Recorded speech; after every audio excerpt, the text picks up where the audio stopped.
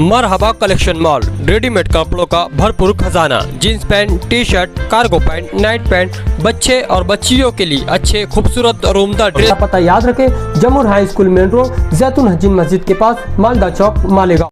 देखिए, माजिद अब यूनुस ईसा इनको आज कोर्ट में पेश किया था। जो मालेगांव शहर के डीवाईएसपी है गुंजाल साहब, उन्होंने उनको कोर्ट के जो सेशन जज है मालेगांव के पाटिल साहब, उनके सामने पेश किया था रिमांड रिपोर्ट के साथ, और 3 दिन की पुलिस कस्टडी की उन्होंने मांग की थी। उनका कहना था कि इसके पीछे जो जातिवाचक जो गाली गलौज हुई है और जो मारपीट हुई है, इसके पीछे ये गुनाह करने के पीछे मकसद क्या है, और इसमें का जो एक आरोपी है वो भी फरार है, उसको भी हमको गिरफ्तार करना है। उसीलिए जो फ़ोन पे जो कुछ बातचीत हुई है उसकी भी डिटेल्स हमको रिकवर करना है, इसलिए 3 दिन की पुलिस कस्टडी की उन्होंने मांग की थी। और फिर सरकारी वकील ने भी बहस की। सरकारी वकील ने भी कहा कि भाई ये मैटर में 3 दिन की पुलिस कस्टडी देना ज़रूरी है।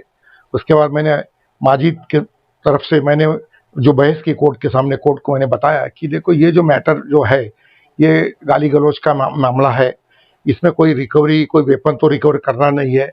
और जो फ़ोन पे बातचीत हुई, जो पुलिस का कहना है, तो वो डिपार्टमेंट से, टेलीफोन डिपार्टमेंट से भी वो उसका रिकॉर्ड वो हस्तगत कर सकते हैं। और एक जो आरोपी उनका कहना है कि फरार है, तो वो आरोपी कौन आरोपी है जिसको जो अटक करना है, तो वो काम पुलिस का है। उसके लिए इसको पुलिस कस्टडी देने की कोई ज़रूरत नहीं है, और तपास हमारे हिसाब से पूरा हो गया है। और जो पुलिस कस्टडी रिमांड के जो ग्राउंड्स है, वो ग्राउंड्स भी कोई कोजेंट कन्विंसिंग नहीं है, इसलिए इसको मैजिस्ट्रेट कस्टडी में रखना चाहिए, लेना चाहिए। हमने कोर्ट को बहस में बताया, लेकिन कोर्ट ने तफ्तीश के लिए 1 दिन की पुलिस कस्टडी में रखने का इनको आदेश किया है। क्या आरोप है?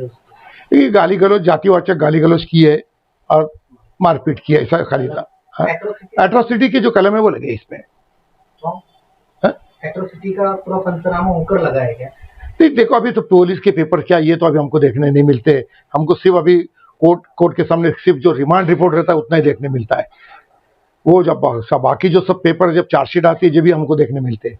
आज तो ये पेपर सिर्फ कोर्ट को और सरकारी वकील को देखने मिलते हैं कि पंचनामा क्या हुआ, क्या क्या इन्वेस्टिगेशन हुआ, क्या नहीं। ये सब कोर्ट को और सरकारी वकील को देखने का अधिकार है, हमको सिर्फ रिमांड रिपोर्ट देखने का अधिकार रहता है। दूसरे आरोपी का नाम वगैरह नहीं, नाम अभी कुछ उसका डिस्क्लोज नहीं हुआ था।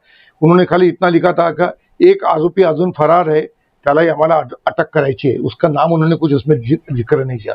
एट्रोसिटी जो लगा है तो उसकी वजह से जामीन में दिक्कत आती है? नहीं, कोई दिक्कत नहीं है। एट्रोसिटी में जामीन की दिक्कत कोई आती नहीं, कोई दिक्कत ऐसी नहीं आती है।